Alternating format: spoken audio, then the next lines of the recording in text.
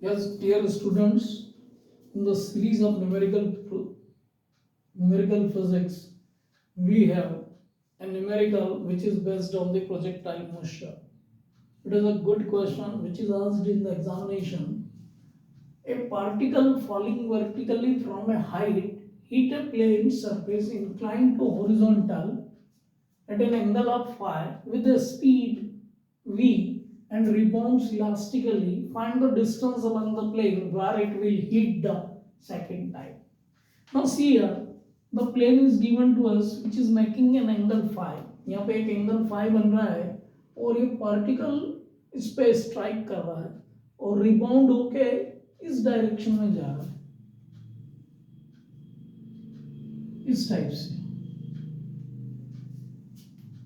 तो हमको ये कितना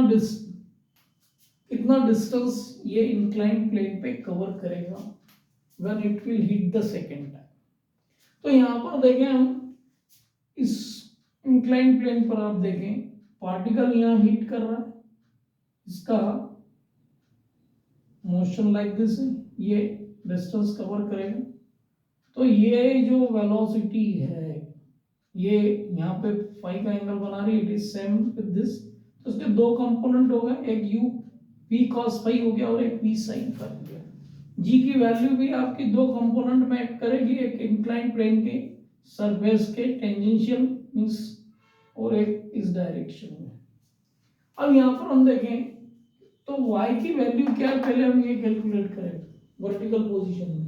तो यहाँ पर सबसे पहली बात है ये है कि इलास्टिकली ये हिट कर रहा है, तो after that it will have the same speed, जिस स्पीड से ये आया है उसी स्पीड से रिबाउंड करेगा, है ना, elastically rebound.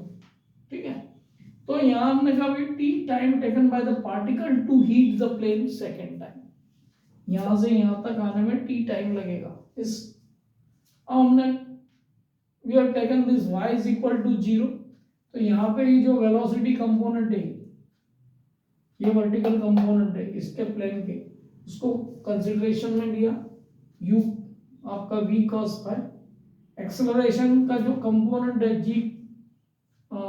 g cos phi, ये वाला ये माइनस होगा क्योंकि पार्टिकल इस ओर जा रहा है, इसके अपोजिट डायरेक्शन में g एक्ट कर रहा है, तो ये माइनस और टाइम t टेकन ले लिया। तो सेकेंड इक्वेशन ऑफ मोशन को यूज करेंगे तो y is equal to u y into t plus 1/2 a y t square. U y की वैल्यू v cos पाई है, y की वैल्यू 0 है, t into 1/2 minus g cos pi into t square.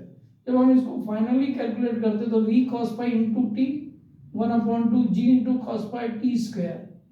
So t to t cancel means t is there, g cos pi to cos pi cancel, finally we have the time 2v upon g। एक बार हमको 2v upon g time मिल गया hit करने का, तो हम distance निकाल सकते हैं again using the second equation of motion. उसके लिए हमको यहाँ पर फिर से आना पड़ेगा, तो यहाँ पे जो वेलोसिटी का जो ये कंपोनेंट है v sin phi which is responsible for this motion in this direction, so acceleration which is acting that is g sin phi हमने ले लिया। टाइम हमको पता है t is equal to 2v upon g, again we are putting into the second equation of motion, x coordinate लेके ux into t 1/2 ax t square, x is equal to v sin phi, t is 2v upon g, 1/2 ax is g sin phi, t is 2v upon g square। So finally we will calculate it, we will solve it, 2v square sin phi upon g plus 1/2, 2v square means 4v square g sin phi, so it is 2v square upon sin phi upon g, similarly 2v square sin phi upon g, so x is equal to 4v square sin phi upon g will be the distance from here to here, it is covered in this।